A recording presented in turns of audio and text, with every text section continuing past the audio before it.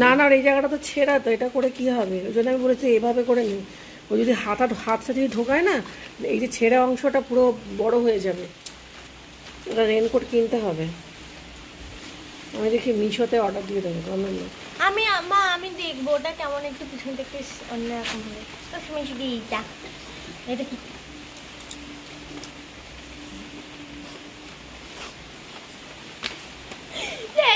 আমার ঢুকবে, আর এখানে ঢুকবে না।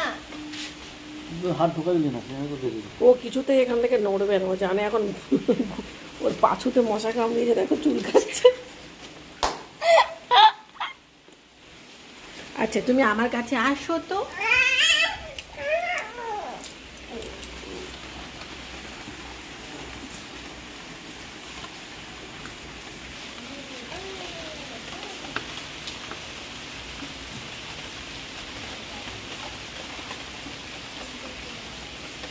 পনেরো মিনিট,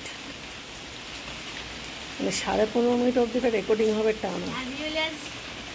এইবারে আমি ক্যামেরার ব্যাপারটা বুঝে যাবো না। টিউবলাইট আমি এমনি এমনি নেই। আমার মতন টিউবলাইট না দুনিয়াতে দুটো হবে না। তুমিও কেন না, বাবার মতন ফোনটা একদম সেম টু সেম। খুব সুন্দর তো বাবার এই ক্যামেরাটা, সুন্দর এই জিনিসটাই ঠিক আছে। ও আমি চালিয়ে নেবো। এই ক্যামেরাটা আমি দেখাবো, এখানে একটা ভালো দোকান আছে, তো বাবারই জানাশোনা, ওখানে দেখাবো।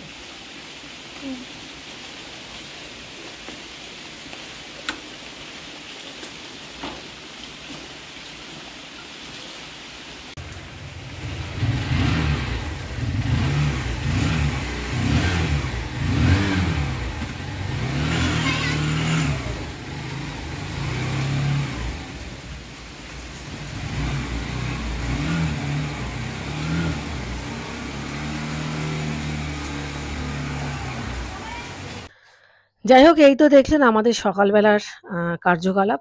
এবং আমি না সত্যি টিউবলাইট আছি বন্ধুরা, ক্যামেরার সেটিং সম্পর্কে আমার এখনও জ্ঞান হয়নি, অথচ আমার ইউটিউবে 700-র ওপরেরও কিন্তু ভিডিও রয়েছে, ব্লগ রয়েছে, কি আর করা যাবে।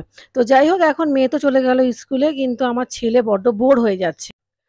তো মেয়েকে দিয়ে এসে ওর বাবা একটুখানি ওকে উঠানে নিয়ে একটু ওর সঙ্গে একটু সময় কাটাচ্ছে, এই আর কি। রাস্তায় তো জল, কোথায় বা নিয়ে বেরোবে বলুন তো। তবে যাই হোক, আজকে সারা দিন কিন্তু সকাল থেকে একেবারে পিট করে বৃষ্টি হচ্ছে। আমি ছাদে এসে দেখছি, এই পিটপিটানি বৃষ্টিতে আগেরবারও পুরো ছাদটা জুড়ে একেবারে হয়ে গেছিল শ্যাওলা। তবে আজকে ছাদে এসে ওই একই অবস্থা, পামেলা গাছটা পড়ে আছে। কিন্তু এখন সমস্যা হচ্ছে, পামেলা গাছের সঙ্গে তো আমার অপরাজিতা ফুল গাছটাও রয়েছে, এবং সেটি পামেলা গাছটাকে বেয়ে বেয়েই বড় হচ্ছে। তো যাই হোক, আমি ফুলগুলো তুলে নিলাম। ফুলগুলোর অবস্থা সত্যি খুব খারাপ ছিল।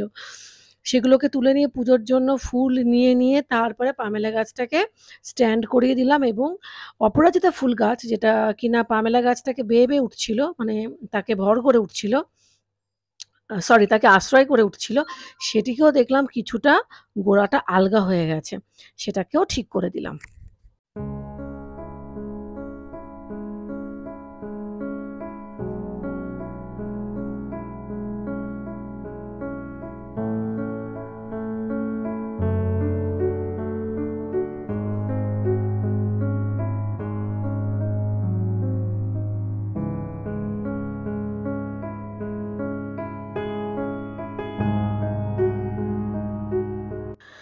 তো যাই হোক, এই সমস্ত কার্যকলাপ তো বাড়িতে চলছে। তো ইতিমুহূর্তে যেহেতু শনিবার, আজকে আমার হাজবেন্ডই গেছে মেয়েকে আনতে। আর রাস্তার অবস্থা তো দেখতেই পাচ্ছেন, একেবারে পুকুর, নদী, আটলান্টিক মহাসাগর, যেটা আপনাদের বলতে ইচ্ছা হয় বলবেন। কিন্তু লিলুয়ার মানুষ তথা পুরো হাওড়ার মানুষেরই কিন্তু এটা জীবনের একটা অঙ্গ হয়ে গেছে। তারা জল ভালোবাসতে শুরু করেছে, কারণ তারা জানে তাদের জেনারেশন এবং তাদের পরের জেনারেশন তারা কিন্তু এভাবে করেই চলবে। দুর্গাপুজোর প্যান্ডেল হচ্ছে বটে, কিন্তু দুর্গাপুজো নিয়ে কথা বলার মতন ইচ্ছে আমার একেবারেই নেই, কারণ ভালো লাগছে না। সত্যি কথা বলতে ভালো লাগছে না। স্কুলেও বৃষ্টি, সরি বন্ধুরা, স্কুলেও অতিরিক্ত বৃষ্টিপাতের জন্য জল জমে গেছে। এই যে ক্ষুদে বাচ্চাগুলোকে দেখছেন না, এরাও কিন্তু অভ্যেসের দাস হয়ে গেছে। কিরকম দেখুন, মানে বাচ্চারা কতটা স্ট্রাগল পূর্ণ হয়ে গেছে। জলে প্রত্যেকের কিন্তু জলের সমস্যা, লিলুয়াতে সব জায়গাতে কিন্তু জল, তাও দেখুন তারা পরীক্ষা দিতে আসছে। এর মধ্যে দিয়েই কিন্তু তারা সমস্ত কিছু করছে। একটা বাচ্চারও মুখে কিন্তু কোনো নালিশ নেই, কোনো আক্ষেপ নেই, কোনো অভিযোগ নেই, কোনো অনুযোগ নেই, কোনো অভিমানও কিন্তু নেই। সবাই কিন্তু সমস্যাকে নিয়ে চলতে শিখে গেছে। এই যে মুখে হাসি এটাই কিন্তু হয়। পরিবেশ মানুষকে তৈরি করে দেয়, সত্যি তৈরি করে দেয়। আমার মেয়েও তৈরি হয়ে গেছে এবং ওর পাশাপাশি যারা যারা এখানকার বাচ্চারা আছে তারা সবাই কিন্তু তৈরি হয়ে গেছে। দেখা যাক কবে কি হয়, কবে বদল ঘটে।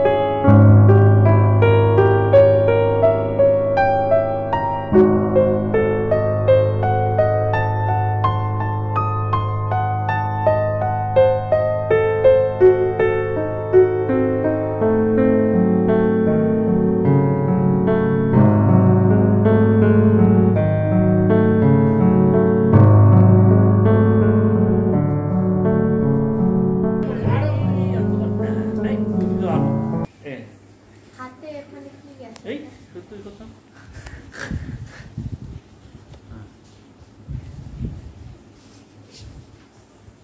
হ্যাঁ আচ্ছা,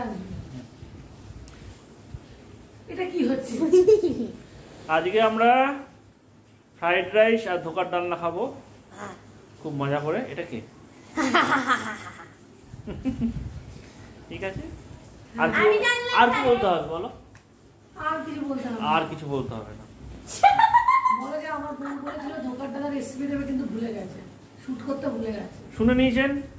সেম কথা বলে দিলাম। ঠিক আছে, মানে আমরা সবাই না দীপিকা পাডুকোন, রণবীর সিং টিং এই টাইপের হয়ে গেছি, বুঝতে পারছেন তো? নাকের কাছে দাও। আমরা ফল খাচ্ছি রাতের বেলা, কটা বাজে গড়ি কোথায়? মহেন্দ্রীয় খন দাও দাও। নাশপাতি, সরি, নাশপাতি। আশপাতি।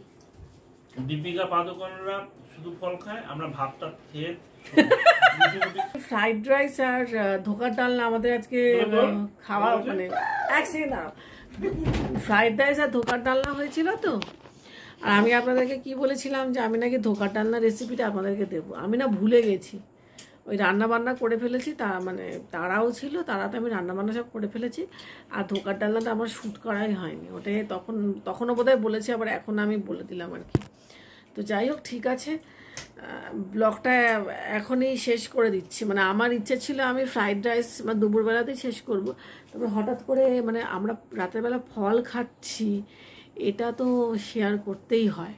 তো সেই জন্যে আবার এটা অবিশ্বাস্য ঘটনা, তো সেই জন্যেই আর কি আবার ভাবলাম যে না এইটাও তুলে রাখি ব্লগে, কখনো একটা সময় দেখে না হেসেই নেব, তাই না?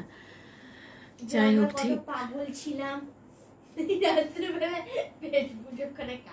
না, এটা কি বলুন তো, যখন খুব মনে ধরুন কষ্ট হবে তখন এই ব্লগগুলি যখন ঘুরিয়ে ফিরিয়ে আমি দেখবো, তখন ভাববো যে না জীবনটাকে এনজয় তো করেছি, তাই না?